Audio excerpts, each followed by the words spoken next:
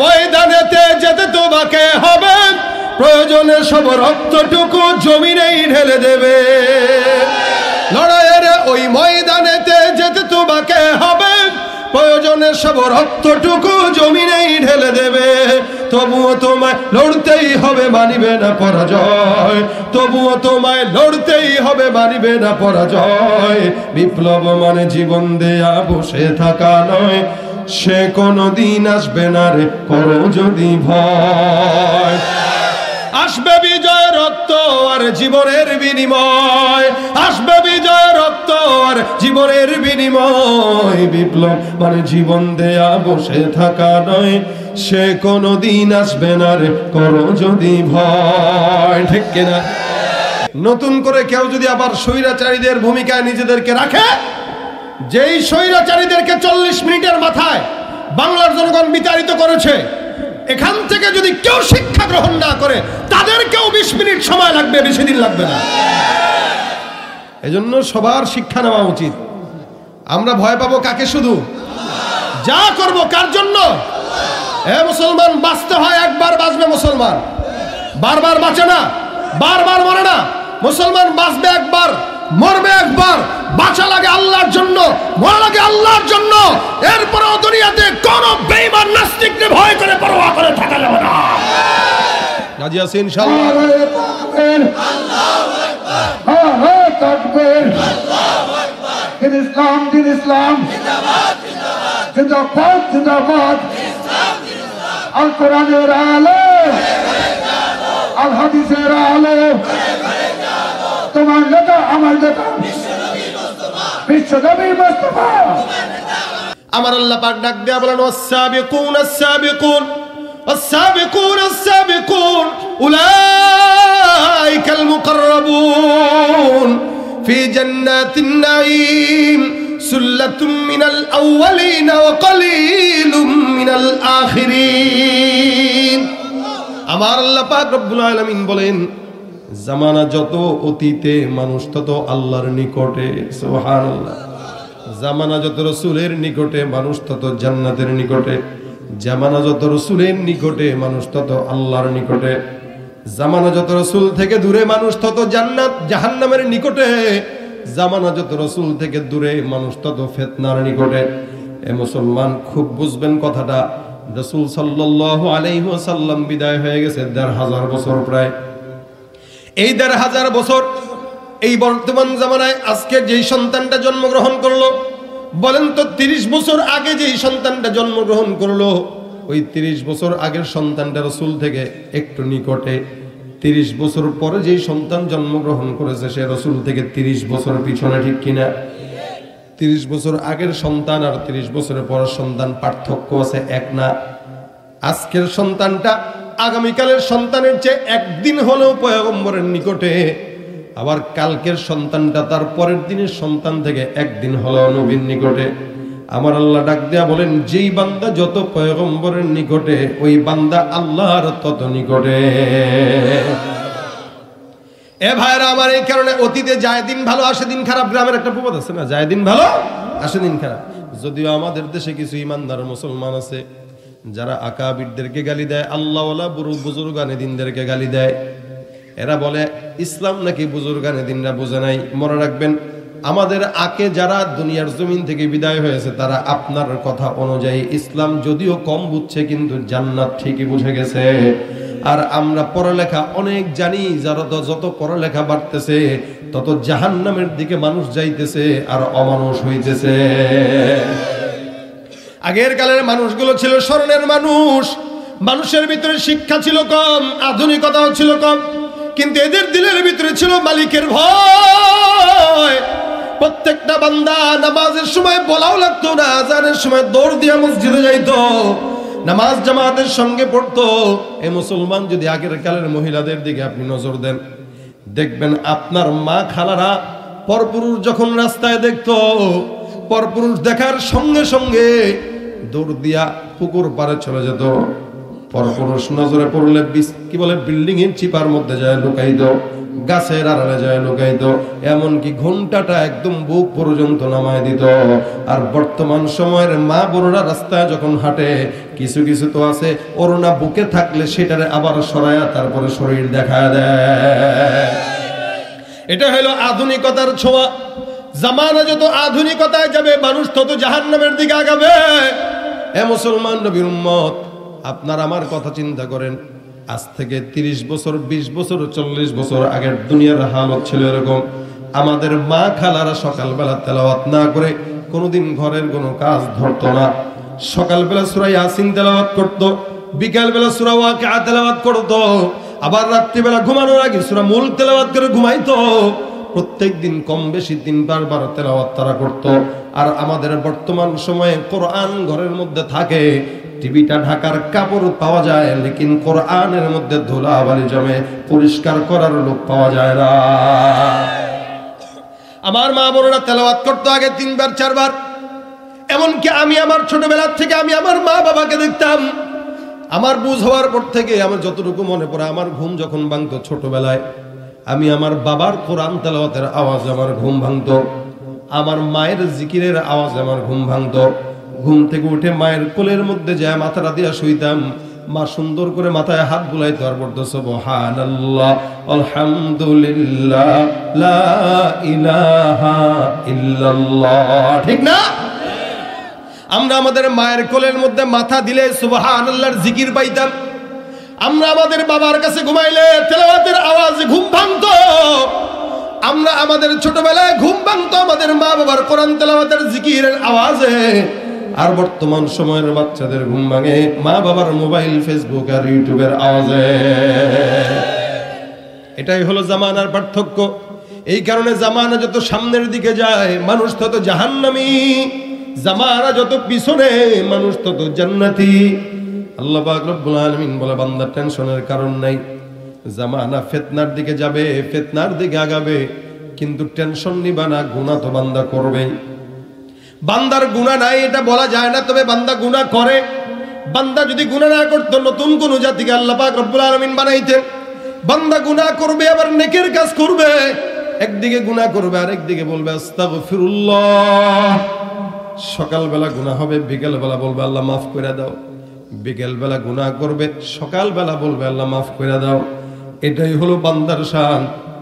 যত বেশি গুনাহই হোক না কেন, আমার আল্লাহ বলে, বান্দা এই গুনার বোঝা মাথায় নিয়ে একবারের জন্য কেউ যদি ইস্তেগফার করো, আমি আল্লাহ সব গুনাহের ভুল আমি আল্লাহ ভুলে মাফ করে দিব। বান্দার গুনাহ হওয়াটা দোষের না, গুনাহের উপরে অটল থাকাটা দোষের। গুনাহ আমিও করি, আপনারাও করেন। গুনাহ প্রত্যেকটা বান্দার হয়। আর শয়তান যে ব্যক্তি নেক কাজ করে তার কাছেই যায়। দেখবেন মাদ্রাসার ছোট ছোট বাচ্চারা বেশি দুষ্টামি করে, শয়তান তার কাছে বেশি যায়। কেন? ওর ভিতরে মাল আছে। যেই ঘরে সম্পদ থাকে ওই ঘরেই চোর যায়। কি বলেন? বুঝেন না এই কথা? ঘরের ভিতরে সম্পদ আছে, ঘরের ভিতরে স্বর্ণ আছে 20 ভরি, টাকা আছে 5 কোটি। বাজারের টাকার থেকে জমায় জমায় টাকা বানাইছেন আর কি 5 কোটি। আমাদের দেশে বাজারের টাকা দিয়ে জমায়াও 5 কোটি টাকা, 3 কোটি টাকা ধরা খায়। দেখেন না আপনারা সংবাদে? গ্রামের মানুষ তো ভালোই। তাহলে এই যে ভিতরে সম্পদ আছে বলে পুলিশও যায়, চোরও যায়। ঠিক না? ঘরে সম্পদ নাই, চোর যাবে কি করতে? ঠিক তেমনি ভাবে যেই বান্দার কলবের মধ্যে ঈমানের নূর আছে, যেই বান্দার কলবের মধ্যে ঈমান আছে, সম্পদ আছে, যেই বান্দার কলবের মধ্যে কোরআন আছে, শয়তানের মতো চোর ওই বান্দার কলবের মধ্যেই ঢোকার চেষ্টা করে। আর আপনার ভিতরে মাল নাই, শয়তান কেন আপনার কাছে যাবে? আপনি নামাজ পড়েন যার কারণে শয়তান আপনার কাছে যায়। আপনি রোজা রাখেন যার কারণে শয়তান আপনার কাছে যায়। আপনি দান করেন কারণ শয়তান আপনার কাছে যায়। আর যেগুলো নামাজও পড়ে না, রোজাও রাখে না, পর্দাও করে না, খাজার দরবারে বসে থাকে, শয়তান তো ওরে দেখা কয়, দোস্ত তুই থাকতে আমার টেনশন নেই। কথা কয় না? আমি কি শয়তান? আল্লাহ তো আমার চেয়ে বড়টা। আমার জায়গায় দাঁড়ে দিলে সে আরো দায়িত্ব ভালো পালন করতে পারত। এই জন্য মুমিন নবীর ইমানদার আল্লাহ পাক রব্বুল আলামিন কোরআনে বান্দাকে স্পষ্ট জানায় দেয়, বান্দা গুনাহগার হবা, টেনশনের কোনো কারণ নাই। ইমানদার হয়ে গেছো, ইমানদার হওয়ার পর বান্দার দিলের মধ্যে যদি খারাপ লাগে, আহারে আমি খারাপ কাজ করছি, আমার আল্লাহ পাক রব্বুল আলামিন বলেন তোমার জন্য আমি আল্লাহ পাকের তরফ থেকে একটা বাণী আছে, আমি আল্লাহ পাক ঘোষণা করলাম, কুল ইয়া ইবাদিয়াল্লাযীনা আসরাফু আলা আনফুসিহিম লা তাকনাতু মির রাহমাতিল্লাহ। এ বান্দা, তোমরা যারা নিজেদের অন্যায় করছো অন্তরের উপরে, নফসের উপরে, আমি আল্লাহ পাক রব্বুল আলামিন ঘোষণা করলাম, তোমরা তোমাদের নফসের উপরে জুলুম করে থাকলে টেনশনের কারণ নিও না, পেরেশানি হয় না। আমি আল্লাহর রহমত থেকে নিরাশ হয় না। একবারের জায়গায় 100 বার চাও, আমি আল্লাহ পুনরায় মাফ করে দিব। মাফের ঘোষণা আমার আল্লাহ পাকের তরফ থেকে আসে না নাই? কথা বল, আসে না নাই? সুতরাং টেনশনের কারণ নাই। গুনাহ একদিকে হবে, আরেকদিকে তাওবা। আমার আল্লাহ পাক রব্বুল আলামিন বান্দাকে ক্ষমা করেন, ওয়াদা করছেন। নবী করিম সাল্লাল্লাহু আলাইহি ওয়াসাল্লাম হাদিসে গল্প বলতেছেন, গল্প। আমার পয়গম্বর ডাক দিয়া কয়, হে আমার উম্মত, হে সাহাবা আজমাইনের দল, পূর্ববর্তী জামানার ঘটনা তোমাদেরকে আমি শুনাই। একজন বনি ইসরাইলের জামানার লোক এমন গুনাহগার ছিলেন, ওর মতো গুনাহগার ওই সময় কেউ ছিল না। বান্দা কি গুনাহ করছে? নবী করিম সাল্লাল্লাহু আলাইহি ওয়াসাল্লাম বলেন, ওই বান্দাটা একটানে একাধারে প্রায় 99টা খুন করেছে, হত্যা।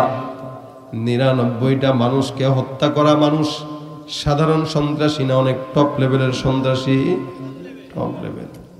99টা খুন করলো। রাসূল সাহাবীদেরকে গল্প শোনায়, 99টা খুন করছে যে ব্যক্তি, টপ লেভেলের সন্ত্রাসী। ওই জামানায় তার মতো সন্ত্রাসী আর কেউ নাই। 99টা খুন করার পরে মাথার মধ্যে আসছে, এতগুলা খুন করলাম, মাফ তো চাওয়া দরকার। হায়াত তো দিন যত যায় কবরের দিকে মানুষ আগায়। এ মুসলমান মুরব্বী মানুষটা বেঁচে থাকে, যুবকটা একটার পর একটা মরে যায়, ঠিক কিনা? আপনি মনে করছেন আমি জওয়ান হয়েছি, আমি মনে হয় বেঁচে যাব, আমি বাঁচবো। হায়াত মনে হয় আমার অনেক দিন আছে। আমার পাশের যে মুরব্বীটা মনে হয় দুনিয়াতে বেশি দিন বাঁচবে না, আমি মনে হয় তার চাইতে বেশি বাঁচবো। কিন্তু আপনার দাদাও বিছানায় কাতরায়, বাবাও বিছানায় কাতরায়, আপনি মরে গেছেন হুট কইরা। এই মুসলমান জমিনের মধ্যে যাওয়ার কোন সিরিয়াল নাই, আসার সিরিয়াল আছে। ইহা হাম সব মুসাফির হো, ইহা হাম সব মুসাফির হো, কবর আখের ঠিকানা। ওই আগে রওয়ানা হ্যায়, কোই পিছে রওয়ানা, কোই আগে রওয়ানা হ্যায়, কোই পিছে রওয়ানা। একদিন না একদিন প্রত্যেকটা ইমানদারের যাওয়া লাগবে কি লাগবে না? কিন্তু কোনোদিন তো এমন হয় না আগামীকাল মরণ হবে, আজকে থেকে তাওবাটা করে তারপরে মরণ হয়। এই চিন্তা কোনো ইমানদারের নাই। সবাই মনে করে আরো মনে হয় অনেক দিন বাঁচবো। হায়াতের কোনো শেষ নাই, হায়াতের কোনো সীমারেখা নাই, হায়াতের কোনো গ্যারান্টি নাই। এই জন্য প্রত্যেকটা মুহূর্ত এভাবেই মনে রাখবেন, না মনে হয় আগামীকাল আমার মরণ আসবে। আগামীকাল মরণ যদি আসে, আপনি কিভাবে দুনিয়াতে চলবেন ওই টেনশন নিয়ে কিন্তু আপনার চলা উচিত। এই টেনশন কোন ইমানদার যদি তার অন্তরের মধ্যে রাখে চলে, ইনশাআল্লাহ ওই বান্দা কোনোদিন গুনাহ করতে পারবে না। নবী ডাক দিয়া বলতেছেন, 199টা খুন করছে বান্দা।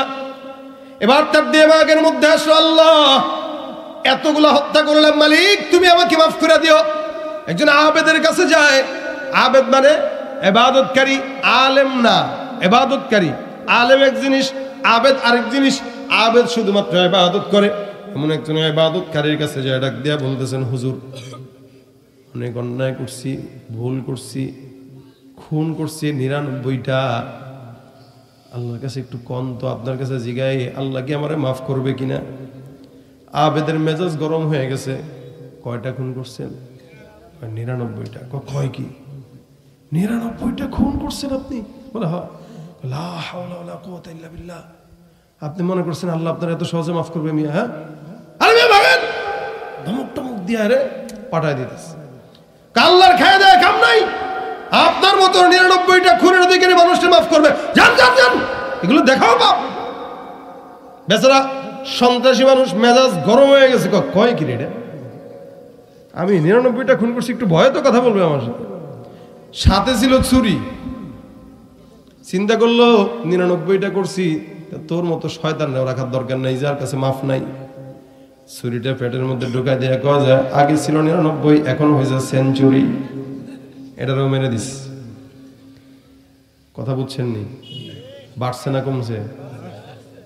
এবার আল্লাহর কাছে ডাক দেয়া বলে, আল্লাহ 99টা ছিল, ভালো ছিল, একটা বাড়ছে 100টা হয়ে গেছে। মালিক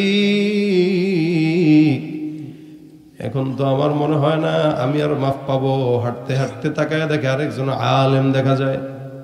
আলেমের কাছে যায়, কয় হুজুর 99টা খুন করছিলাম, মাথার মধ্যে টেনশন আসছে মাফ পাওয়ার জন্য, একজনের কাছে গেছি আপনার মতো হুজুর, সে কয় মাফি নাকি পাবো না, মেজাজ গরম হয়ে গেছে, তারাও মেরে ফেলছি, এখন আপনার কাছে আসছি 100টা খুনের গুনাহ নিয়ে, বলেন মাফ পাবো কিনা। হুজুর কয় টেনশনের কারণ নাই, মাফ 100% নিশ্চিত। বেচারা ডাক দেওয়া কয় হুজুর আপনি কি ভয়ে কইছেন নাকি? কথা কয় না, ভয় কইছেন নাকি? কিসের ভয়? কয় যে একটারে মারছি।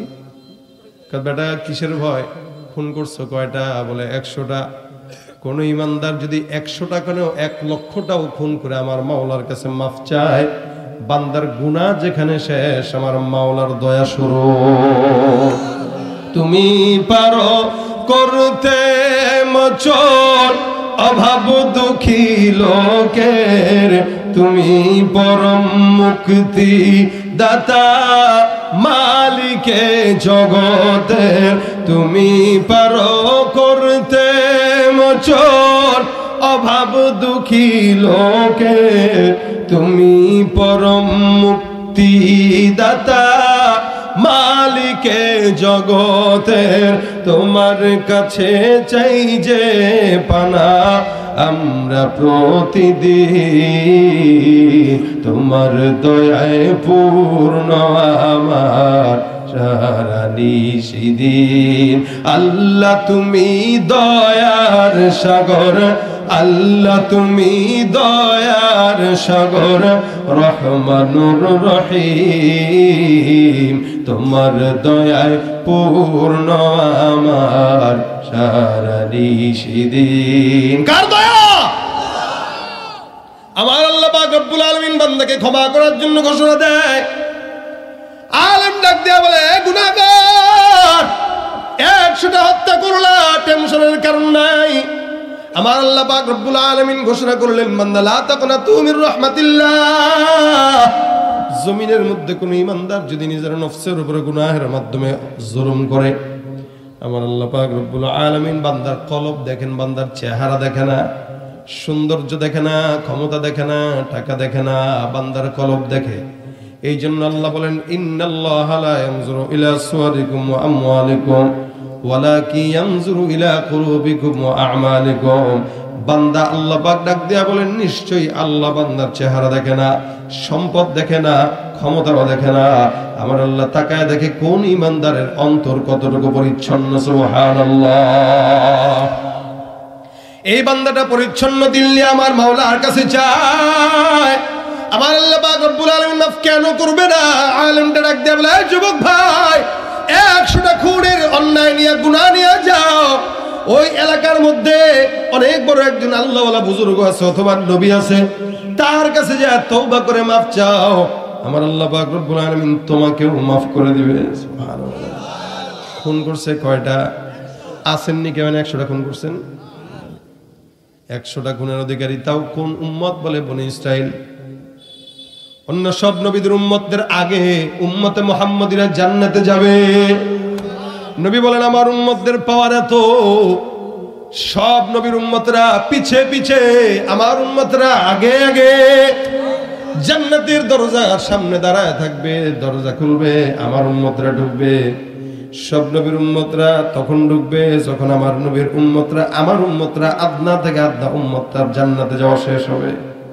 তার মানে ভালো জায়গাগুলো আল্লাহ আমাদেরকে দিয়া বাহিরের বারান্দাগুলো নবীর উম্মতদেরকে দিবে। সুবহানাল্লাহ। সুবহানাল্লাহ। কত সম্মান আল্লাহ পাক আমাদেরকে দিয়েছে, বুঝেননি? কথা বুঝেন? কত সম্মান আল্লাহ পাক দিয়েছে। সেখানে বনি ইসরাইলের জামানার লোক 100 খুন করছে, এ লোক বলে ভাই মাফ 100% শিওর। এবার লোকটা যায়, উদাহরণস্বরূপ মনে করেন বাসা এখানে আপনাদের এলাকায় বিকয়া না বাসা, এখানে আপনি ঢাকায় যাবেন, ঢাকায় যায় আল্লাহওয়ালার কাছে হাত দিয়া তওবা করবেন। তওবার দরজা কোন জায়গায়? বলে ঢাকায়। বেচারা গোসল টোসল করে রওনা দিয়েছে, মাত্র রওনা দিছে, আতর টাতর লাগায় সুগন্ধি লাগায় আল্লাহর কাছে দাওবা করবে, মাফ চায় ভালো হয়ে যাবে, নিয়ত করছে। নবী বলেন কেউ যদি একটা নেকের নিয়ত করে কিন্তু নেকটা করতে পারে নাই, বুঝবেন কেউ যদি একটা কি করে নেকের নিয়ত করে, নেক করে নাই, নিয়ত করছে কিন্তু নেকটা করতে পারে, ফালামি আমাল, আল্লাহ নবী বলেন সে ওই নেকের কাজটা করতে পারে নাই। রাসূল বলেন কাতাবাল্লাহু লাহু হাসানাতান কামিলা, আমার আল্লাহ তার আমলনামার খাতায় পরিপূর্ণ নেকের সওয়াব লিখে দিবে। তাহলে নিয়ত করছে, তাওবা করবে। রওনাও দিছে বাসার থেকে, এখান থেকে মাত্র পাংশা পর্যন্ত গেছে অথবা রাজবাড়ী পর্যন্ত গেল, বাকি রাস্তা অনেক, ঢাকা পর্যন্ত যাওয়া লাগবে, রাস্তা মাত্র অল্প, গেছে মাত্র 20 কিলো, আরো বাকি 80 কিলো। এই বান্দাটার রাস্তা 20 কিলো যাওয়ার পরে আল্লাহ কয় আজরাইল এই বান্দার হায়াত শেষ, বান্দার জানটা কবজ করে আমার কাছে নিয়ে আস। হায় হায়, বান্দার হায়াত শেষ হয়ে গেল, বান্দার ইন্তেকাল, কবরে চলে গেছে, লাশ নিয়া, রূহ নিয়া, শরীর নিয়া দুই দলের মধ্যে দ্বন্দ্ব লেগে গেছে। জান্নাতের ফেরেশতা কয় নিঃসন্দেহে এটা জান্নাতি, জাহান্নামের ফেরেশতা কয় নিঃসন্দেহে জাহান্নামী। কেন? বলে 100টা খুন করার পর বান্দা কেমনে জান্নাতে যায় দেখে ছাড়বো, আর জান্নাতের ফেরেশতারা কয় বান্দা তওবার নিয়ত করার পরে কেমনে জাহান্নামে যায় দেখে ছাড়বো। সুবহানাল্লাহ। আপনারা কি বুঝতেছেন কথা? ইনশাআল্লাহ। দুই দলে ঝগড়া লাগছে, আওয়ামী লীগ বিএনপি। আল্লাহ কয় আওয়ামী লীগও দরকার নাই, বিএনপিও দরকার নাই, তত্ত্বাবধায়ক সরকার একটা দরকার। এক কাজ কর, বলে কি? এই বান্দাটা বাসার থেকে তওবা পর্যন্ত রওনা দিছে, রাস্তা বেশি না কম এটা মাপ, তবে তুইও না মাঝখানের এক দল থাকবে যে দলে রাস্তা মাপবে। বান্দার রাস্তা যদি তওবা পর্যন্ত বেশি হয় বান্দা জান্নাতি, রাস্তা যদি কম হয় জাহান্নামী। আসলে এই রাস্তা ছিল কম, মাত্র গেছে 20 কিলো, বাকি আছে 80 কিলো। জাহান্নামের ফেরেশতারা খুশি, জিন্দেগিতে এটা রাস্তা বেশি হওয়ার সম্ভাবনা নাই। আর জান্নাতের রাস্তাটা টেনশন, আরে রাস্তা মাপতে দিছে, তার মানে মনে হয় ফেল হয়ে যাবে। বলেন তো বান্দার আমল দিয়া বান্দা কি জান্নাত পায় নাকি কখনো? এক আল্লাহর বান্দা 500 বছরের ইবাদত নিয়া মরছে। রাসূল সাল্লাল্লাহু আলাইহি সাল্লাম বলেন মরার পরে সে 3টা করছে। 500 বছরের হায়াত নিয়া, ইবাদত নিয়া মনে হয় বান্দা জান্নাতে যেতে পারবে। আল্লাহর কাছে যায়, আল্লাহ গো আমার 500 বছরের নেক আছে। আল্লাহ কবে এই বান্দা 500 বছরের নেক নি? বলে হা। জান্নাত পাবি নি? বলে হা। পাবো না কেন? 500 বছরের নেক। আমার আল্লাহ ডাক দেয়া, আচ্ছা এই ফেরেশতা যা বান্দাকে জাহান্নামের একদম দ্বার প্রান্ত থেকে ঘুরে নিয়ে আস, একদম দূর থেকে ঘুরাও, জাহান্নামটা একটু দেখায় দাও। দূর থেকে বান্দাকে জাহান্নাম দেখায়, বান্দার পানির পিপাসা লেগে যায়, গরমের ঠেলায় পানির পিপাসা। পানি কোথায়, পানি কোথায়, পানি কোথায় বলে চিৎকার দেয়। এবার আল্লাহ পাক একটা ফেরেশতাকে দিয়া 1 গ্লাস পানি বিক্রি করার জন্য তার সামনে পাঠায় দেয়। ফেরেশতা কয় পানি পানি পানি, লাগবে কার? লাগবে নি। এই বান্দা দূর থেকে দেখে কয় ভাই ভাই ভাই ভাই পানি লাগবে, তাড়াতাড়ি দাও। ফেরেশতা কয় পানি লাগতে হলে 500 বছরের হায়াতের আমল দেওয়া লাগবে। বেচারা কয় 500 বছরের চেয়ে কম হয় না, খাইলে খান হলে ভাগ। পানি লাগবে, 500 বছরের নেক দিয়া দেয়। এবার আল্লাহর কাছে কয় আল্লাহ পাচ্ছি। আল্লাহ কয় জান্নাতটা দাও। আল্লাহ কয় টাকা আসেনি। টাকা মানে কি? নেকি। আল্লাহ নেকি তো 500 বছরের ছিল, পানি তো 1 গ্লাস দিয়েই শেষ। আমার মাওলায় কয় 1 গ্লাস পানির জন্য 500 বছরের নেক শেষ, অথচ একটু আগে 500 বছরের নেকি দিয়া তুমি জান্নাতে যাইতে চাইছো। এখন তো নেকি নাই, জাহান্নাম ছাড়া উপায় নাই। বান্দা ডাক দেয়া, আল্লাহ আমি জানি তোমার রহমত ছাড়া আমার উপায় নাই। আল্লাহ রহমত না করলে কেমনে জান্নাতে যাবে বেটা? বলেন কি আমল দিয়া জান্নাতে যাবে? আমাদের আমল আছে কোনো? যা করি গীবত করে শেষ করি। ঠিক আসতে কয় চায়ের দোকানে বসে বসে চেয়ারম্যান, মেম্বার, এমপি, মন্ত্রী, ওই হুজুর সেই হুজুর। আর দেশের গ্রামের চায়ের দোকানগুলো এক একটা মোটামুটি চায়ের স্টল। এই চায়ের স্টলগুলো এক একটা কি সংসদ, এক একটা কি সংসদ। এই সংসদের অধিবেশনের প্রধান স্পিকার হচ্ছে চায়ের দোকানদার। উনি খালি ঘি ঢালে, আর পাশে যেগুলো বসে মুরব্বীরা একটা হাতে সিগারেট 555 অথবা আকিস বিড়ি আর একটা চা আর একটা পান। ওগো শুনছ কি ও হুজুর করছে কি? সব মানুষের তলা খোঁজেন না তার অভ্যাস, নিজের তলার দোষের দেখার আর কেউ নাই। অন্যের তলা দেখেন না, আপনি কি করছেন সেটার হিসাব আপনি নেন। আমার আল্লাহ পাক ডাক দেয়া বলে, বান্দা নেকি দিয়া কেউ জান্নাতে যায় না, নিয়ত দিয়া যায়, আমি আল্লাহর রহমত দিয়া যায়। ফেরেশতারা একদলকে আল্লাহ এটারে জান্নাত দিও, আরেক দলকে আল্লাহ না। কারণ যে যে দল করে সেই দলে মানুষকে টানতে চায়। জাহান্নামের ফেরেশতার কাম হলো কেমনে টাইনা জাহান্নামে ঢুকাবে, আর জান্নাতের ফেরেশতার কাজ হলো কেমনে হুসুল হুসুল নিয়ে কোনো মধ্যে জান্নাতে ঢুকাই দিবে। এবার আল্লাহ পাক রব্বুল আলামিন কয়, এই ফেরেশতার দল একটা কাজ করো, জান্নাত পর্যন্ত বান্দার বাসার থেকে তওবার রাস্তা পর্যন্ত মাপ দাও। বান্দা বিকয়া থেকে ঢাকা পর্যন্ত গেল নাকি পাংশা পর্যন্ত গেল মাপো। যদি পাংশা পর্যন্ত যায় বান্দা জাহান্নামী, আর যদি মোটামুটি বান্দা গাবতলি পর্যন্ত যায় তাহলে জান্নাতি। আসলে গেছে কতটুকু? 20 কিলো।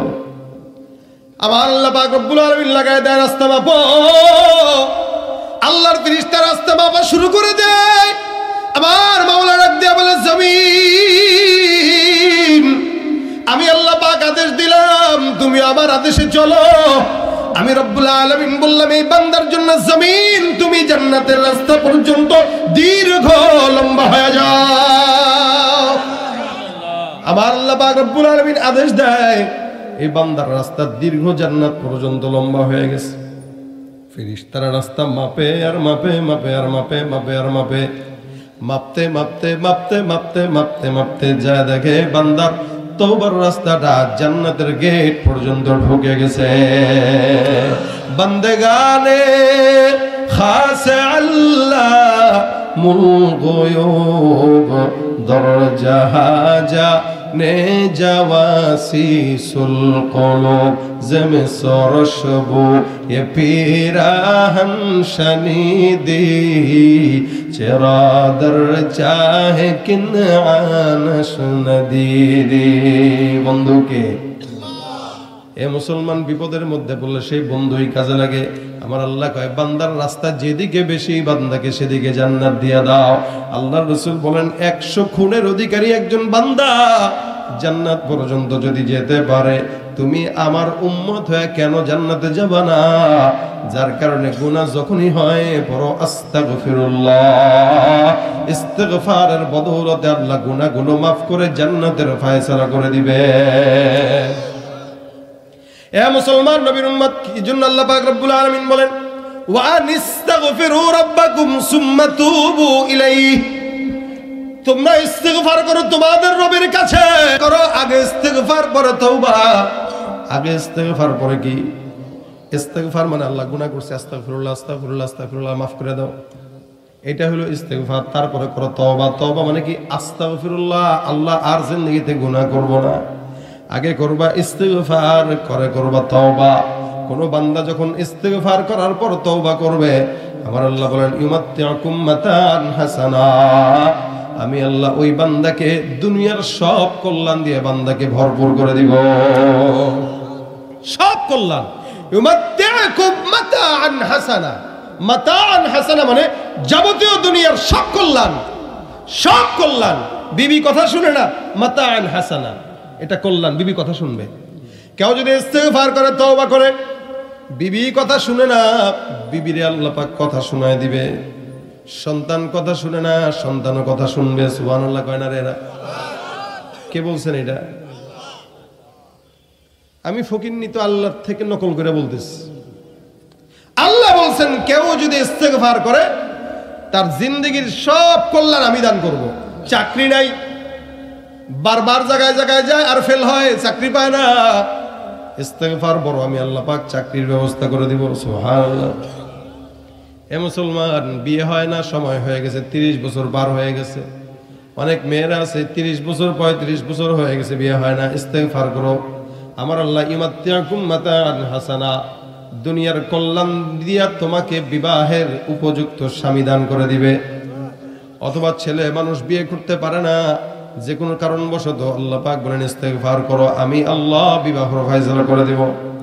সন্তান নাই, আমি আল্লাহ পাক রব্বুল আলামিন কেউ যদি ইস্তেগফার করে আয়ুমদিদকুম বিআমওয়ালিন ওয়া বানিন, ওই বান্দার সন্তান সন্ততি সম্পদ যা আছে আমি আল্লাহ সব ইস্তেগফারের মাধ্যমে দিয়ে দিব।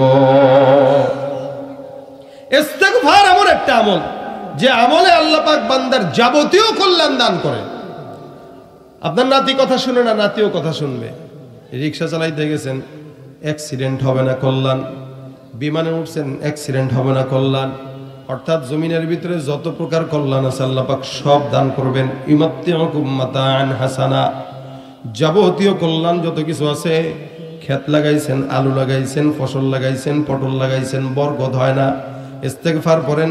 ফসলের মধ্যে খামারে ফসলের মধ্যে যায় বরকত নেন, ইস্তেগফার করেন। ধান লাগান, ইস্তেগফার করেন। চারা লাগান। আমার আল্লাহ পাক বলেন কেউ যদি ইস্তেগফার করে ওই ফসলের মধ্যে বরকত দিব কে? আল্লাহ।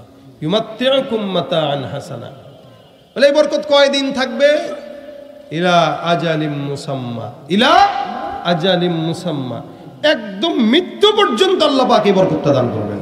নির্দিষ্ট সময়, নির্দিষ্ট সময়, মৃত্যু পর্যন্ত, মৃত্যু পর্যন্ত আল্লাহ দিবেন। শুধু তাই না, কি কি দিবেন? আমার আল্লাহ পাক রব্বুল আলামিন ডাক দিয়া কয় ফাকুলতু আস্তাগফিরু রাব্বাকুম ইন্নাহু কানা গাফফারা, কেউ যদি ইস্তেগফার করো আমি আল্লাহ বান্দার গুনাহ মাফ করে দিব। সুবহানাল্লাহ। 2 নম্বর ইউরসিলিস সামা আলাইকুম মিদরারা, কেউ যদি ইস্তেগফার করো আমি আল্লাহ আসমান থেকে বৃষ্টির ফয়সালা করে দিব। বৃষ্টি হয় না, টেনশন নিয়েন না, ইস্তেগফার বাড়ায় দেন। অথবা বৃষ্টি থামতেই চায় না, ইস্তেগফার করেন, বৃষ্টি থেমে যাবে। এই যে শীত আসতেছে না, এই যে দুনিয়ার পরিস্থিতি এরকম, এগুলোর একমাত্র কারণ আমাদের গুনাহ বেশি হয়ে গেছে। গুনাহের কারণে আল্লাহ রাগান্বিত হয়ে গেছে, যার কারণে যেটা দরকার ওটা দেয় না। মুসা নবীর কাছে এক উম্মত জিজ্ঞাসা করছে, হুজুর আল্লাহ পাক বেজার হইলে আলামত কি? আল্লাহ পাক রব্বুল আলামিনের পয়গম্বর মুসা বলছেন আলামত 2টা। 1 নম্বর, আল্লাহ পাক যখন বেজার হয় তখন বান্দার যেটা দরকার আল্লাহ সেটা দেয় না, আর যেটা দরকার নাই ওটা আল্লাহ পাক চাপায় দেন। দেখেন এই মুহূর্তে শীত দরকার ছিল পরিপূর্ণ, ঠিক না? যদি কয়েকজন মুরব্বী রুমাল টুমাল কান টুপি নিয়ে এসে শীতটাকে ডাকার চেষ্টা করছেন, কিন্তু শীত কিন্তু আসে নাই। কোট পরে আসছেন অনেকে, কিন্তু শীত কিন্তু আপনি আনতে পারেন নাই, বরং আপনার গরমই লাগতেছে। চেষ্টা করতেছে শীতকে আনার, আল্লাহ যদি না দেয় কেমনে আনবেন? অথচ এই সময় শীত পরিপূর্ণ থাকার কথা। বাজার সদায়ের দাম কমার কথা, কিন্তু কমে নাই, বাড়ছে। মনে করছেন স্বৈরাচার বিদায় হলে কমবে, কমে নাই, বরং আরো বাড়ছে, আবারও বাড়বে, সামনে আরো বাড়বে। যেটা দরকার ওটা আল্লাহ কমাইতেছেন না, কিন্তু যেটা দরকার নাই ওটা কমাই দিতেছেন। নেয়ামত দরকার ছিল, নেয়ামত কমাই দিছেন। আম হইতেছে না এখন, অন্য সময় এই সময় আমের বইল টইল আসে, আম হয়ে যায় বা অনেক ফসলাদি হয়, তো এইগুলো এখন নাই। আল্লাহ পাক নেয়ামত দিচ্ছেন না কেন? আল্লাহ যখন বেজার হয় যেটা দরকার হয় ওটা দেয় না, যেটা দরকার নাই ওটা চাপায় দেয়। এখন এই দুনিয়ার সব পরিস্থিতির উপর বিবেচনা করে বলেন তো, আমাদের আল্লাহ আমাদের উপরে খুব সন্তুষ্ট? হ্যাঁ, সব সন্তুষ্ট। অনেকে বুঝে, অনেকে বুঝে না। অনেকে কয় হ্যাঁ সন্তুষ্ট। কি করছেন আপনি? সন্তুষ্ট হইব আল্লাহ। আল্লাহ প্রচন্ড পরিমাণে রাগ হয়ে আছেন, প্রচন্ড পরিমাণে গোসা হয়ে আছেন বলেই আমাদের উপর থেকে নিয়ামত উঠায় নিতেছেন। ইলিশ মাছ আছে ঠিকই, আল্লাহ পাক ঘ্রাণ উঠায় নিছেন, মজা উঠায় নিছেন। আম হয় ঠিকই, স্বাদ উঠায় নিছেন। ফল খাওয়ান ঠিকই, ইনজেকশন দিয়া 2 নম্বর বানায় তারপরে খাওয়াইতেছেন। আমরা 1 নম্বর চোখেও দেখি না। মুরগির ডিম ঠিকই মুরগি দিচ্ছে, কিন্তু ডিম খাওয়ার সামর্থ্য নেই, 16 টাকা পিস। আল্লাহ কঠিন করে দিছে। এটা আমাদের হাতের, বিমা কাসাবাত আইদিকুম, আমরা যা হাতের কামাই করতেছি তা। আমাদের গুনার বোঝা বাড়তেছে, গুনার বোঝা কমতেছে না। দিন যত যায় গুনার বোঝা বাড়ে, কমানোর ফিকির আমাদের নাই। এজন্য বয়স যার যত বেশি তার গুনাহের ফিরিস্তিও তত লম্বা, রিসিট লম্বা। ওখান থেকে ওই গুনাহ, ওখান থেকে এই গুনাহ, ওখান থেকে ওই গুনাহ। আবার কখনো কখনো এই গুনাহটা কাটা একটা আস্তাগফিরুল্লাহর মাধ্যমে।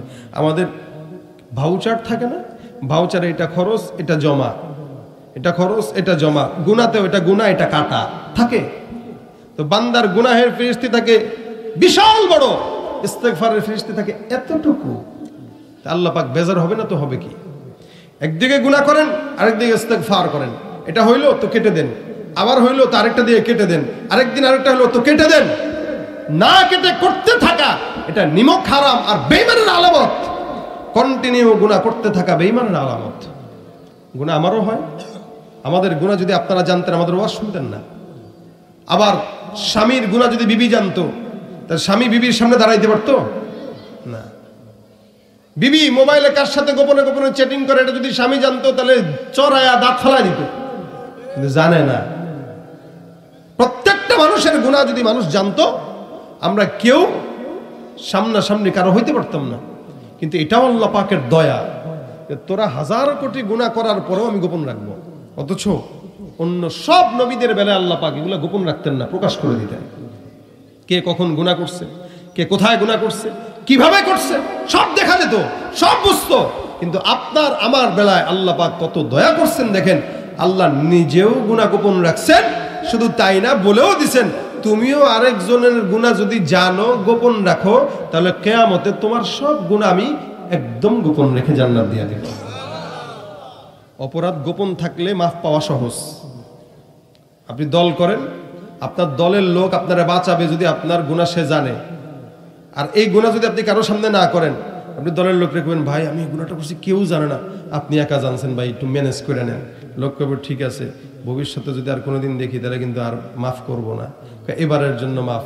দেখবেন যত বড়ই গুনাহ হোক খালি একজন জানে আর কেউ জানে না, তাহলে মাফ করতে সহজ হয়। আর ওই গুনাহ যদি আরো 5-7 জন জানে, একজন মাফ করলে আরো 2 জন এসে কব না না না এই গুনাহ মাফ করা যাবে না, কি ঠিক না, ভেটো দিয়ে দেয়।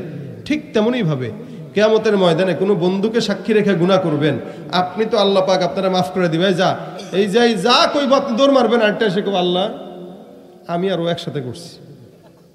দেখেন জিজ্ঞেস করেন, আমি জানি তো, ও আমার নিয়ে গেছিল তো ওই যে কলেজে সিপায়, আমি সাক্ষী, আরে আমার বাসায় তেরে মাফ করলে আমি কি দোষ করছি?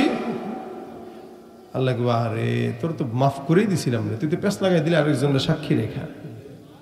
ওই যে গল্প করছে দোস্ত কালকে কি করছি জানোস, বলে কি ওই পড়াইছি ওটা পড়াইছি কারে আছে না ওই যে তো আমার ক্রাশ, ধর বেড়া তোর ক্রাশ আজীবন থাকবো, আমি কাম বানাইছি।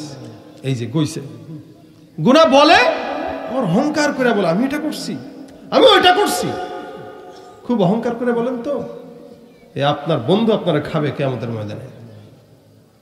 আল্লাহ মাফ করুক, যদি গোপনে হয়েও যায় আল্লাহর কাছে বলতে পারবেন যে আল্লাহ আমি তো গোপনে করছিলাম। আল্লাহ বলবে ঠিক আছে তুইও গোপনে করছস, তোরটাও আমি আল্লাহ গোপন রেখে দিলাম, যা আর কেউ জানার দরকার নেই, আর কেউ জানা দরকার নেই। এই জন্য গুনাহ গোপনে করেন, কিন্তু গুনার উপর অটল থাকেন না। আজকে হয়ে গেছে কালকে মাফ চায় না, পরের দিন হয়েছে তার পরের দিন মাফ চান। গুনাহের বোঝা বাড়ানো এটা কোনো বুদ্ধিমানের কাজ না, কমানোটা হলো বুদ্ধিমানের কাজ। কমবে কিভাবে? নবী করিম সাল্লাল্লাহু আলাইহি ওয়াসাল্লাম বলেন গুনাহ হয়ে গেল হাজার হাজার কোটি কোটি, সমুদ্রের ফেনা পরিমাণ গুনাহ। আমার পয়গম্বর বলেন কেউ যদি সমুদ্রের ফেনা পরিমাণ গুনাহ নিয়ে বলে আস্তাগফিরুল্লাহ আস্তাগফিরুল্লাহ আস্তাগফিরুল্লাহ, রাসূল সাল্লাল্লাহু আলাইহি ওয়াসাল্লাম বলেন একবার ইস্তেগফারের মাধ্যমে বান্দা সব গুনাহগুলো আল্লাহ পাক ক্ষমা করে দিবে। খালি একবার বলছেন, একবার বলার কারণে যদি গুনাহ মাফ হয়ে যায় তাহলে 100 বার বললে কতবার মাফ হবে? আমার পয়গম্বর ডাক দেয়া বলেন মাল্লাজিমাল ইস্তিগফার জাআলাল্লাহু লাহু মিন কুল্লি হাম্মিন ফারজা ওয়া মিন কুল্লি দিকিন মাখরাজা ওয়া রাযাকাহু মিন হাইসু লা ইয়াহতাসিব। মনে রাখবেন আল্লাহর কাছে বন্ধুত্ব করবেন, আল্লাহ পাক ঠকাবে না। দুনিয়ার নেতাকে বন্ধু বানায় দেখছেন, 16-17 বছর বন্ধু বানাইছেন, বিপদে যখন পড়ছে আপনারা না নিয়েই হেলিকপ্টারে ভাগছে। আমার আল্লাহ পাক রব্বুল আলামিনকে বন্ধু বানায় নেন, বিপদে বান্দার হাত আল্লাহ পাক ছেড়ে দেয় না। আমার আল্লাহ বলেন ইয়া রাসূল লা আতরুকু উম্মাতাকা ফারদা, আপনার যাওয়ার পর আপনার উম্মতের জন্য আপনার টেনশনের কারণ নাই। আপনার উম্মতকে আমি আল্লাহ একদম জান্নাত পর্যন্ত বান্দার হাতটা ধইরা সুন্দর করে জান্নাত পর্যন্ত বান্দাকে নিয়ে যাব। ভাইরা আমার, আল্লাহ পাক রব্বুল আলামিন কত বড় বন্ধু হয়, যার কারণে বান্দা রাত্রিবেলা দিনের বেলা 24 ঘন্টা আল্লাহর দরজা বান্দার জন্য খোলা না বন্ধ? খোলা না বন্ধ? মায়ের গর্ভ থেকে নিয়ে কবর পর্যন্ত আল্লাহ পাক রব্বুল আলামিন বান্দাকে নিয়ামত দিতেছেন। এই নিয়ামত জন্মের পরেও দিবেন, আগেও দিবেন, আবার ইন্তেকালের পরেও ইনশাআল্লাহ জান্নাতে দিবেন, ঠিক কিনা? শিশুকালে মায়ের দুধে বাঁচাও খোদা প্রাণ, মায়ের স্নেহে বেড়ে উঠি তোমার অবদান। শিশুকালে মায়ের দুধে বাঁচাও খোদা প্রাণ, মায়ের স্নেহে বেড়ে উঠি তোমার অবদান। বন্ধু হয়ে ভালোবাসা, বন্ধু হয়ে ভালোবাসা ছড়াও জগৎময়, তোমার মতো প্রিয় বন্ধু যার হৃদয়ে রয়, তার কি আর থাকতে পারে, তার কি আর থাকতে পারে চিন্তা মৃত্যুর ভয়। তোমার মতো প্রিয় বন্ধু যার হৃদয়ে রয়, তোমার মতো প্রিয় বন্ধু যার হৃদয়ে রয়। বন্ধুকে আমার আল্লাহ মায়ের গর্ভ থেকে বাচ্চাকে এত চমৎকার নিয়ামত দিয়া বাচ্চাকে বড় করে। এ মুসলমান নবীর উম্মত, আল্লাহ পাক রব্বুল আলামিন বলে, বান্দা এরপরে আমি আল্লাহ পাক রব্বুল আলামিন তোরে বড় করলাম, নিয়ামত দিলাম, তোরে বানাইলাম শুধুমাত্র আমার গোলামির জন্য, কিন্তু তুই গোলামি করস না। দেখেন তো আপনাদের এলাকায় চাকরিজীবী যারা আছে, চাকরি করে, কোম্পানিতে চাকরি করেন, দোকানে চাকরি করেন না কেন, 30 দিনের মধ্যে 20 দিন যদি কেউ চাকরি না করে বেতন আসবে না কাটবে? কাটবে। 30 দিনের মধ্যে 10 দিন যদি কেউ চাকরি না করে 10 দিনের বেতন কাটা, বাকি 20 দিনের বেতন রেডি। এ মুসলমান, দুনিয়ার জমিনে সরকারিও চাকরি যদি কেউ করে এরকম নিজাম। দুনিয়ার জমিনে সবচাইতে সরকারি চাকরিজীবীদের পাওয়ার বেশি, কিন্তু এখানে আমরা যারা মুমিন আছি, আমরা ইমানদাররা, আমরাও তো চাকরি করি। আল্লাহ ঠিক কিনা বলেন? আমার আল্লাহ বলেন, মা খালাকুতুল জিন্না ওয়াল ইনসা ইল্লা লিয়াবুদুন। আমি আল্লাহ পাক ইনসান আর জিন্নাতকে আমার ইবাদতের জন্য পাঠাইলাম। এই ইবাদতটার জন্য আল্লাহ পাক রব্বুল আলামিন পাঠাইলেন। তার মানে গোলামিটা হলো আল্লাহর চাকরি। আমরা সরকারি চাকরিজীবী, আর আমাদের সরকার হলো আমার আল্লাহ, ঠিক কিনা? সবচেয়ে বড় সরকার আল্লাহ। আমার মাওলা যদি চাইতেন, বান্দা গুনাহ করছস, চাকরি ঠিক মতো করস না, তোর চাকরি কি নামাজ পড়া, তোর চাকরি কি রোজা রাখা, তোর চাকরি কি ইমানদার হওয়া, তোর চাকরি কি সুদ না খাওয়া, তোর চাকরি কি ঘুষ থেকে বেরোতে থাকা? বলেন তো, এই সমাজে অসংখ্য ইমানদার নামাজি কারামি আছে যারা সুদও খায়, নামাজও পড়ে, অসংখ্য আছে, শুধু আছে না। এত বড় বড় দাড়ি দেখলে মনে হবে জান্নাত থেকে এই মাত্র আসছে, এই মাত্র আসছে। এই লোকটার সুদের টাকা। হাজী সাহেব কেমনে চলেন? আলহামদুলিল্লাহ, আল্লাহ চালায়। চাকরি করার পরে 50 লাখ টাকা পাইছিলাম, ব্যাংকে রাখি, মাসে মাসে যা আসে আলহামদুলিল্লাহ আল্লাহ চালায় দেয়। ব্যাংকের সুদের টাকা আসতেছে আর কয় আল্লাহ চালায়। নাউযুবিল্লাহ মিন যালিক। কেউ সুদ খাইলো, সারা জিন্দেগির ইবাদত নষ্ট হয়ে গেল। কিন্তু হাজী সাহেব, আমার আল্লাহ পাক রব্বুল আলামিন বলেন, বান্দা এই যে আমি আল্লাহ বললাম সুদ খাবা না, জিনা করবা না, ব্যভিচার করবা না, কারো উপর অত্যাচার করবা না, এগুলো আমার চাকরি। তুমি মুসলমান দাবি করো, নামাজ পড়ো না, মুসলমান দাবি করো সুন্নত মারো না, মুসলমান দাবি করো সুদ খাও, মুসলমান দাবি করো ঘুষ খাও। আমার আল্লাহ ডাক দিয়া বলেন, ওয়া মিনান নাসি মান ইয়াকুলু আমান্না বিল্লাহি ওয়া বিল ইয়াউমিল আখিরি ওয়া মা হুম বিমুমিনিন। মানুষের মধ্যে যারা এরকম আছে, নামাজ পড়ে না, রোজা রাখে না, সুন্নত মানে না, কিন্তু মুসলমান দাবি করে, এরা যতই দাবি করুক না কেন এরা মুসলমান নয়, এরা ভণ্ড বেঈমান, ঠিক কিনা? তুমি সুদের টাকায় প্রাসাদ গড়ো, ঘুষও ছাড়ো না, দিন দুঃখী না খেয়ে মরে খবর রাখো না, ঠিক কিনা? সুদের টাকায় প্রাসাদে গড়ো, ঘুষও ছাড়ো না, দিন দুঃখী না খেয়ে মরে খবর রাখো না। তুমি ঘুষ খেয়ে অবিচার করো সাজিয়া প্রধান, তুমি ঘুষ খেয়ে অবিচার করো সাজিয়া প্রধান। তুমি কেমন মুসলমান, তুমি কেমন মুসলমান, কেমন মুসলমান, তুমি কেমন মুসলমান। নামাজের সাথে নাই পরিচয়, মানো না কোরআন, নামাজের সাথে নাই পরিচয়, মানো না কোরআন। তুমি কেমন মুসলমান, তুমি কেমন মুসলমান। তুমি রমজান এলে রাখো না রোজা, দিনকে করো আঘাত, পয়সা কড়ির নেই তো অভাব, দাও না তো যাকাত, ঠিক কিনা? রমজান এলে রাখো না রোজা, দিনকে করো আঘাত, পয়সা কড়ির নেই তো অভাব, দাও না তো যাকাত। তুমি ইমানদারির বড়াই করো, নেই তোমার ইমান, তুমি ইমানদারির বড়াই করো, নেই তোমার ইমান। তুমি কেমন মুসলমান, তুমি কেমন মুসলমান। নামাজের সাথে নাই পরিচয়, মানো না কোরআন, নামাজের সাথে নাই পরিচয়, মানো না কোরআন। তুমি কেমন মুসলমান, তুমি কেমন মুসলমান, ঠিক কিনা? নবীর উম্মত দাবি করো, সুন্নাহ মানো না, নবীর অপমানে তোমার হৃদয় কাঁদে না।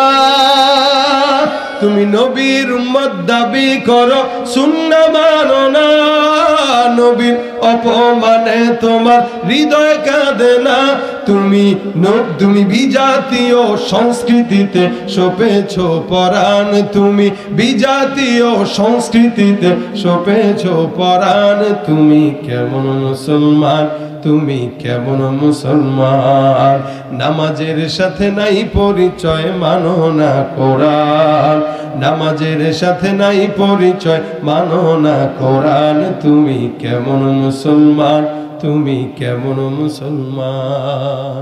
হওয়ার মতো মুসলমান 10 জন হইলেই যথেষ্ট। কি লোক দিয়া দুনিয়া ভরপুর, কিন্তু মুসলমান কম, বেঈমান বেশি। এই কারণে আল্লাহ নিয়ামতকেও শুধু মুমিনদের জন্যই নির্দিষ্ট করছেন, বেঈমানদের থেকে উঠায় নিয়ে যাচ্ছেন। তার মানে নিয়ামত কমে গেছে। নিয়ামত পাবে কই? সব ফজরের সময় ঘুমায়, সব ঘুমায়, অথচ আল্লাহর নিয়ামত ওই সময়টাই আল্লাহ নাজিল করেন। প্রতি ফজরে সুবহে সাদিকে আল্লাহ পাক বান্দার উপরে রহমত বর্ষণ করেন। বান্দা যারা ঘুমের থেকে উঠে, দেখবেন ফজরের নামাজের সময় ঘুম থেকে উঠলে আলাদা একটা রহমত পাওয়া যায়। যারা ফজর নামাজ পড়ার অভ্যাস আসেনি কারো আপনাদের? আলহামদুলিল্লাহ, মুরব্বীদের তো আছেই, জোয়ানদের নাই। আজকের ফজরের নিয়ত করবেন, কারা কারা ফজর পড়বেন ইনশাআল্লাহ? আল্লাহ তুমি কবুল করো, বলেন আমিন। ফজরের নিয়ত এই কারণেই করবেন, কারণ নবী করিম সাল্লাল্লাহু আলাইহি ওয়াসাল্লাম বলেছেন, যার ফজর আর এশা ঠিক নাই, ওর ঈমানও ঠিক নাই, মুনাফিক।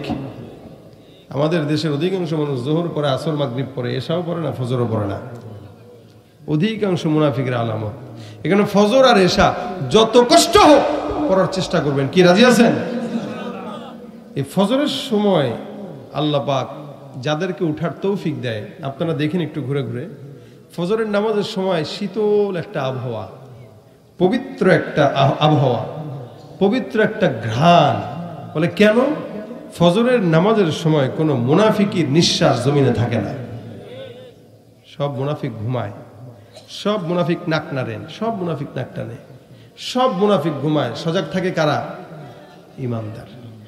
এই ইমানদারের নিঃশ্বাসে ফজরের সময় ভরপুর থাকে, যার কারণে আল্লাহ পাক ফজরের আবহাওয়াকে বিমল করেছেন। কারণ রহমত আসে, সবার প্রথমে রহমত আসে কাবার উপরে, ওখান থেকে আল্লাহ পাক জায়গায় জায়গায় যেখানে যখন দরকার সেখানে তখন বন্টন করে। এখন আপনি তো ফজরের সময় জাগলেন, আপনারটা আপনি পাইলেন, আপনার নিয়ামত আপনি পাইলেন। আরেকজন যে পাশে ঘুমাইলো, ও তো নিয়ামত পাইল না, ওরটা কই গেল? আল্লাহ ওরটা আপনারে দেয় নাই, ওরটা দিছে হইল এই আসমানের জমিনের সব জায়গায়, সমুদ্রের মাছকে, ওই পাহাড়ের গাছকে, পাহাড়ের কত শত শত লক্ষ লক্ষ গাছ, একটা গাছেও কি কোনোদিন যায় পানি দিচ্ছেন আপনারা? একটা গাছের গোড়ায় পানি দেওয়া লাগে না, বরং পাহাড়ের ফল আরো বেশি মজাদার হয়, পিওর হয়। পাহাড়ের মুরগি, পাহাড়ের হাঁস, পাহাড়ের পশু পাখি, পাহাড়ের কলা, পাহাড়ের গ্যান্ডারি, যা বলেন, এগুলোর মজাও থাকে কি, কারণ এটা স্বয়ং আল্লাহ পাকের রহমত নিয়ে বড় হয়। ওই যে মুমিন বেঈমান যে বান্দা ফজর না পড়ে ঘুমাইছে, আল্লাহ তার রহমতটাকে ওই পাহাড়ের গাছের গোড়ায় দিয়ে দেয়, ওই জমিনকে দেয়, যার কারণে ওই জমিন পানি না থাকলেও উর্বর হয়। এই জমিনের অন্যান্য জায়গায় আল্লাহ পাক দিয়া দেয়, এই বেঈমানের সমস্ত নেয়ামত অন্যরা পেয়ে তারা উর্বর হয়, আর বেঈমান দিন যত যায় ফকিন্নির ঘরের ফকিন্নি হয়, সে বুঝেও না। এই জন্যই বললাম আমাদের গুনাহের ফিরিস্তি অনেক অনেক অনেক বড়, তাও আর ফিরিস্তি নাই। একটা গুনাহ আজকে হয়েছে, কালকে একটু ইস্তেগফার করে নেন। নবী করিম সাল্লাল্লাহু আলাইহি ওয়াসাল্লাম বলেন, আমি নিজেও রাসূল প্রত্যেক দিন 100 বার ইস্তেগফার করতাম। সুবহানাল্লাহ। কতবার? 100 বার। রাসূল নিজে প্রত্যেক দিন 100 বার কমাস কম ইস্তেগফার করতেন। 100 বার রাসূল সাল্লাল্লাহু আলাইহি ওয়াসাল্লাম নিজে। আচ্ছা বলেন আপনারা, রাসূলের কি গুনাহ আছে? নবী করিম সাল্লাল্লাহু আলাইহি ওয়াসাল্লাম নিষ্পাপ, শুধু নিষ্পাপ না, সব বান্দাদের সুপারিশকারী, সব বান্দাদেরকে শাফায়াত রাসূল করবেন। ধরে ধরে হাউজে কাউসারের পানি পান করাবেন, ধরে ধরে এক একটাকে নিয়ে নিয়ে জান্নাতে ঢুকে যাবেন। জান্নাতের সরদার যিনি, এই নবী, যিনি সারা দুনিয়ার জন্য রহমত, এই নবী, সে বলতেছে আমি প্রত্যেক দিন কমাস কমে 100 বার ইস্তেগফার করি। সুবহানাল্লাহ। আসতে পারে আল্লাহর নবী 100 বার পড়ে, আপনি আমি কয়বার পড়ি? বলে একবারও না, মনেও থাকে না, কেমনে পড়া লাগে জানিও না। এই কারণে হাতের কাজ আছে, পায়ের কাজ আছে, জবানের তো কোনো কাজ নাই গীবত ছাড়া। ওই চায়ের দোকানে বসে গীবত শেখায়াত করি, এটা আমাদের কাজ। এইটার দ্বারা ফায়দা কি হয়? আপনার নেকিগুলা আরেকজন নেয়, আর বদগুলা আরেক আপনার কাছে চলে আসে। আপনি যখন কারো গীবত করলেন, মাআযাল্লাহ, আপনি যখন কারো গীবত করলেন, তখন যার গীবত করলেন তার সমস্ত গুনাহ আপনার কাছে আসবে, আর আপনার সব নেকি তার কাছে যাবে। আপনাকে যদি জিজ্ঞাসা করা হয়, ভাই অমুকরে চিনো? বলে চিনি তো, কি হয়? আমার শত্রু। ও কি জান্নাতে যাবে? কাল জান্নাতে আমি লিখে দিব জাহান্নাম ছাড়া উপায় নেই। আপনি তো তাকে জাহান্নামে পাঠাইতে পারেন, আপনি তার জন্য জাহান্নামের কামনা করেন, কিন্তু আপনি নিজেও জানেন না গোপনে গোপনে তাকে জান্নাতে পাঠিয়ে দিচ্ছেন। কিভাবে? আপনার করা আমলগুলো গীবতের মাধ্যমে তার আমলনামায় জমা হচ্ছে, আপনি জান্নাতি হয়ে যাচ্ছেন মনে করছেন, কিন্তু জান্নাতি তাকে বানায় দিচ্ছেন, আর তার গুনাহগুলো নিয়ে আপনি জাহান্নামী হয়ে যাচ্ছেন। রাসূল সাল্লাল্লাহু আলাইহি ওয়াসাল্লাম হাদিস বর্ণনা করেছেন যে এক বান্দা এরকম জান্নাতে ঢুকবে, পিছন থেকে আরেক লোক টান দিয়া ধরছে, এই এদিকে আয়। কই যাস? জান্নাতে যাই। কে পাঠাইছে? আল্লাহ। তাড়াতাড়ি দুনিয়ার জমিনে আমারে নিয়ে গীবত করে এলাকার ভিতরে মানুষের কাছে আমার ব্যাপারে বদনাম রটাইছিলি, এটার খেসারত আজকে দে। বলে কি খেসারত দেওয়া লাগবে? সেদিনের যেই বদনামগুলো রটাইছিলি, লজ্জায় ফেলছিলি, ওটার জন্য আজকে আমি এতগুলো নেকির কারণে জান্নাতে যেতে পারতেছি না, নেকি দে, তারপরে তোর মাফ। বেটা আল্লাহ রাখবো, আল্লাহ এটা কি? আমি তো জান্নাতেই চলে যাচ্ছিলাম। আল্লাহ কয়ে গেছিলি তো, আমি তো তোর মাফি করে দিয়েছিলাম, তো সমস্যা কি? আল্লাহ এই যে পিছন থেকে একজন আসে আটকায় দিছে। কেন? নেকি চায়। কিসের জন্য? গীবত করছিলাম। এটা তো বান্দার হক। বান্দার গীবত করা বান্দার হক নষ্ট করা। আপনি আমার ব্যাপারে না জেনে মন্তব্য করছেন, আমার হক নষ্ট করছেন, আমার সম্মান নষ্ট করছেন, এটার কারণে আমি কিয়ামতে আপনাকে ধরতে পারবো, কারণ এটা আমার হক। আল্লাহটা আল্লাহ মাফ করে জান্নাত দিয়ে দেবে, কিন্তু আমারটা যদি মাফ না করে আপনার বাপেরও সাধ্য নয় জান্নাতে যাবে। সুতরাং আপনি আমার গীবত করার আগ দিয়ে চিন্তা করেন যে আমি এই লোকটার গীবত করতেছি যে কতটুকু ভালো করতেছি। আপনি যদি বলেন আমি জাহান্নামী, সেটা আমার আল্লাহ বুঝবে আর আমি বুঝবো। আপনি আপনার জান্নাতের চিন্তাটা আগে করেন, তারপর আমাকে জাহান্নামী বলেন। রাসূল সাল্লাল্লাহু আলাইহি ওয়াসাল্লাম বলেন, এই ব্যক্তিটাকে আল্লাহ পাক রব্বুল আলামিন ধরবেন, ধরে বলবেন, এই তোরে তো আমি জান্নাত দিয়েই দিছি, এখন আমার দোষ কি? তা ব্যক্তি বলবে, আল্লাহ ওই যে দুনিয়াতে একটু গীবত করছিলাম, আল্লাহ আপনি মাফ করে দেন না। আল্লাহ বলবে এটা আমার মাফের বিষয় না। যার গীবত করছো, যার সম্মান নষ্ট করছো, যার ইজ্জত নষ্ট করছো, তার কাছে মাফ চাও। সে যদি করে আমি আল্লাহ অনুমতি দিয়ে দিলাম। সে তো করবে না, সে বলবে আজকে 10 নেকির কারণে আমি জান্নাতে যেতে পারতেছি না, আগে 10টা নেকি দাও তারপরে জান্নাতে যাও। এখন এই বেচারা তার আমলনামা থেকে 10 নেকি দিয়া 10টা নেকি কম হওয়ার কারণে সে যাবে জাহান্নামে, আর এই ব্যক্তি 10 নেকি দিয়া আল্লাহর জান্নাতে ঢুকে যাবে। কি বুঝেন? এই হইল হাল। এই কারণে হাতের পায়ের কাজ আছে, জবানে কোনো কাজ থাকে না। আমরা জবানের কাজ একমাত্র উঠায় রাখবো, এটা আস্তাগফিরুল্লাহ। বলেন কি উঠাবো? আস্তাগফিরুল্লাহ। এই রাত 12টা পর্যন্ত ওয়াজ শুনতেছেন, শোনার পরে যদি একটা কথা বাসা পর্যন্ত নিয়ে যেতে পারেন, এটা কামিয়াবি। এটা কি কামিয়াবি? শুনলেন 12টা পর্যন্ত, বাসায় গেলেন পকেট খালি করে গেলেন, কি ফায়দা আছে? কোনো ফায়দা নেই। এই কারণে শেষ কথা যেটা বলছি সেটা শুনেন। হাতের কাজ আছে, পায়ের কাজ আছে, জবানের যেহেতু কোনো কাজ নাই, আর জবানের কাজটাই আল্লাহ পাক দিয়েছে জিকিরের জন্য। বান্দা জিকির করবে, বান্দার জিহ্বা ব্যথা হবে না। দেখবেন মাথা ব্যথা আছে, গাল ব্যথা আছে, বুক ব্যথা আছে, পেট ব্যথা আছে, হাত ব্যথা, পা ব্যথা, কপাল ব্যথা, সব ব্যথা থাকলেও জিহ্বা কোনোদিন ব্যথা করে না। কেন জিহ্বা ব্যথা করে না? বলে জিহ্বা দিয়া বান্দা শুধুমাত্র আল্লাহর জিকির আদায় করবে। এই জন্য আজকে এখানে নিয়ত করেন যে ইনশাআল্লাহ আমরা শেষমেশ যে কথাটা শুনবো এটা বাসা পর্যন্ত নিয়ে যাব। বলেন জোরে ইনশাআল্লাহ।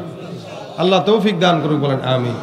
এই শেষমেশের কথাটা হইল এটাই যে আর যতদিন বাঁচবো হায়াতে, হাতের কাজ আছে, পায়ের কাজ আছে, জবানের কাজ নাই, প্রত্যেক দিন কমাস কম 100 বার ইস্তেগফার করব। কয়বার? 100 বার। কিভাবে? ফজরের পরে 20 বার, জোহরের পরে 20 বার, আসরের পরে 20 বার, মাগরিবের পরে 20 বার, এশার পরে 20 বার। কয়বার হইল? 100 বার। আচ্ছা 20 বার করতে কি কষ্ট হবে আপনাদের? আস্তাগফিরুল্লাহ, আস্তাগফিরুল্লাহ, আস্তাগফিরুল্লাহ, আস্তাগফিরুল্লাহ, আস্তাগফিরুল্লাহ, আস্তাগফিরুল্লাহ, আস্তাগফিরুল্লাহ, আস্তাগফিরুল্লাহ, আস্তাগফিরুল্লাহ, আস্তাগফিরুল্লাহ, আস্তাগফিরুল্লাহ, আস্তাগফিরুল্লাহ, আস্তাগফিরুল্লাহ, আস্তাগফিরুল্লাহ, আস্তাগফিরুল্লাহ, আস্তাগফিরুল্লাহ, আস্তাগফিরুল্লাহ, আস্তাগফিরুল্লাহ, আস্তাগফিরুল্লাহ। 20 বার হয়েছে। মনে করেন 20 সেকেন্ড লাগছে। এই 20 সেকেন্ডে যদি আমি আমার হায়াতের 20টা গুনাহ মাফ করাইতে পারি, প্রত্যেক দিন 100টা গুনাহ মাফ করাইতে পারি, ইনশাআল্লাহ জান্নাতে আমি যাব না তো কে যাবে? অবশ্যই আল্লাহ আমাকে জান্নাত দিবেন ইনশাআল্লাহ। এটা হচ্ছে আপনাদেরকে কমন কথা, এটা হলো কমন কথা। প্রত্যেক দিন 100 বার, খুব আসান তরিকা। ফজরের পরে 20 বার, জোহরের পরে 20 বার, আসরের পরে 20 বার, মাগরিবের পরে 20 বার, এশার পরে 20 বার। আপনাদের কষ্ট হবে কারো? কথা বলেন, কষ্ট হবে? বিবিকে শিখায় দিবেন, ঘরের বিবি রান্না করবে, তরকারি করবে, আস্তাগফিরুল্লাহ। ঘর ঝাড়ু দিবে, কথা কয় না, আস্তাগফিরুল্লাহ। কাপড় ধুইতেছে, আস্তাগফিরুল্লাহ। ব্যবসায় দোকানে বসে আছেন, আস্তাগফিরুল্লাহ। ব্যবসায় যদি কেনাকাটা নাও হয়, বরকত নাও হয়, কেউ যদি ইস্তেগফার করে তো আল্লাহ পাক ইস্তেগফারের বদৌলতে বরকত দান করবেন। বিশ্বাস হয় না আপনাদের? ওয়ুমদিদুকুম বিআমওয়াল। কারো যদি ইস্তেগফার করে তো আল্লাহ পাক বলেন তার মালে আমি আল্লাহ বরকত দান করে দেব, বাড়ায় দেব। আপনি গুনাহ মাফ করার জন্য ইস্তেগফার না পড়লেও বড়লোক হওয়ার জন্য অন্তত পড়েন, কারণ বড়লোক তো সবাই হতে চায়, কথা কয় না? বড়লোক সবার মনের তামান্না যে একটু টাকা পয়সা হোক, স্বচ্ছতা থাকুক, আর হওয়াও দরকার। কেন? টাকা পয়সা থাকলেই না দিনের জন্য খরচ করতে পারবেন। টাকাই যদি থাকলো না তো দিনের জন্য খরচ করবেন কি, দান করবেন কি? আপনার তো সবাই কিপটা বলবে। এই জন্য টাকা সবাই চায়, এই টাকার জন্য হলো ইস্তেগফার করেন, গুনাহ মাফ হওয়া শুরু হবে। অর্থাৎ ইস্তেগফার করবেন একটা, ওষুধ একটা, রোগ ছাড়বে 10টা, রোগ সারবে 100টা। কোনো সন্দেহ আছে? এই জন্য প্রতিনিয়ত আমরা সবাই ইস্তেগফারের আমল করবার নিয়ত কারা কারা আছে হাতটা তুলে দেখান।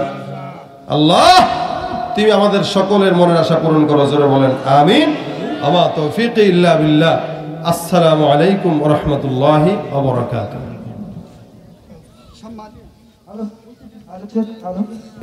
সম্মানিত হাজিরিন, এখন আমাদের সামনে উপস্থিত হয়েছেন আজকের মাহফিলের প্রধান মেহমান আলহাজ হযরত মাওলানা শাহ নেসার আহমেদ বি সাহেব কাটলি দরবার শরীফ শরিয়াতপুর।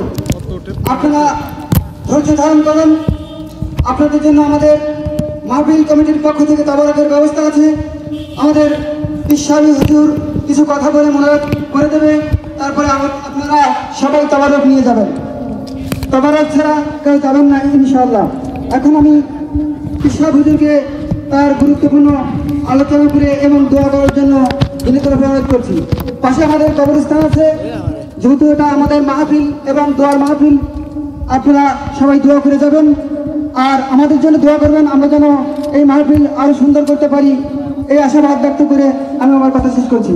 আমি হুজুরকে তার গুরুত্বপূর্ণ আলোচনা এবং দোয়া